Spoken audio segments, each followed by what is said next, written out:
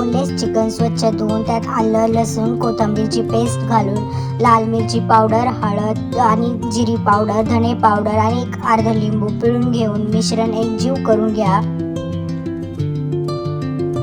चवीनुसार मीठ, गरम मसाला किंवा चिकन मसाला टाकून कॉर्नफ्लॉवर टाकून मिश्रण एकजीव करा. गरम तेलात एक एक पीस टाकून चिकन तळून घ्या.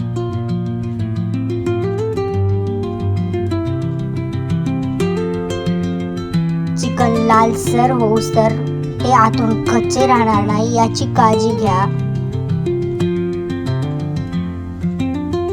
एका कढईमध्ये तेल गरम करून त्यात आलं, लसूण, हिरवी मिरचीचे काप घालून घ्या.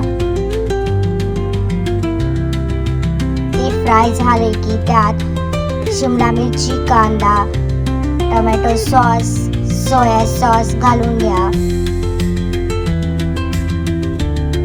मिश्रण एकजीव करा आणि त्यात तयार करून घेतलेली कॉर्नफ्लॉवरची पेस्ट टाकून घ्या.